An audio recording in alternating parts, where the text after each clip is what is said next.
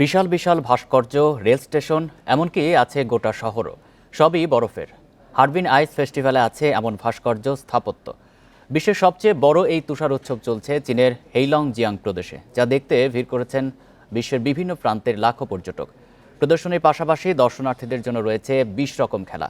রাতে থাকছে এলইডি বাতির খেলা। দূর থেকে দেখলে মনেই হবে না পুরো শহরটাই তৈরি হয়েছে বরফ কেটে।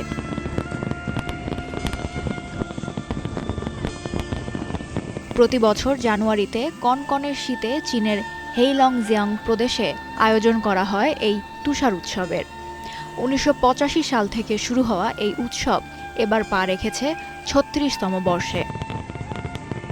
এবারের উদ্বোধনীতে ছিল চোখ ধাঁধানো আতশবাজি প্রদর্শনী।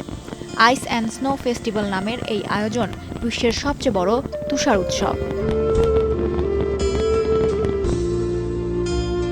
উৎসবের প্রধান আকর্ষণ বরফের তৈরি বিশাল সব স্থাপত্য।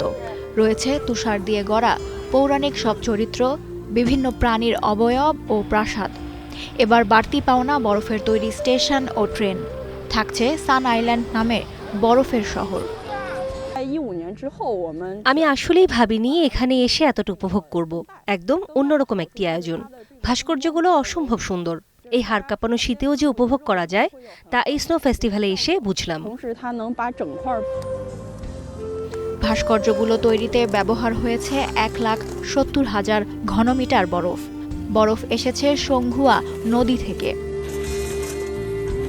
10,000 শিল্পী টানা 360 ঘন্টা কাজ করে তৈরি করেছেন এসব। এবছর ডিজাইনে চীনের ঐতিহ্য ফুটিয়ে তোলার চেষ্টা করা হয়েছে।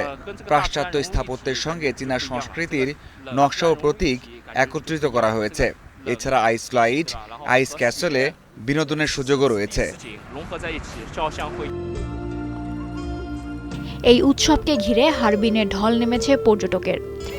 এখানে আসা দর্শকদের জন্য আইস হকি, আইস ফুটবল, স্কেটিং সহ মোট 20 ধরনের খেলার ব্যবস্থা রয়েছে। উৎসবের অন্যতম আকর্ষণ গণবিয়ে, যে আয়োজনে অংশ নেন 40 যুগল। উৎসব ঘুরে দেখতে পর্যটকদের গুনতে হবে $48। উৎসব চলবে পুরো মাস জুড়ে। Lutfa Fouzia, independent news. চীনের গংলিউ কাউন্টির জমাট বাঁধা বাটারফ্লাই লেকে বরফের স্তর ফেটে তৈরি হয়েছে মনোমুগ্ধকর এক দৃশ্য।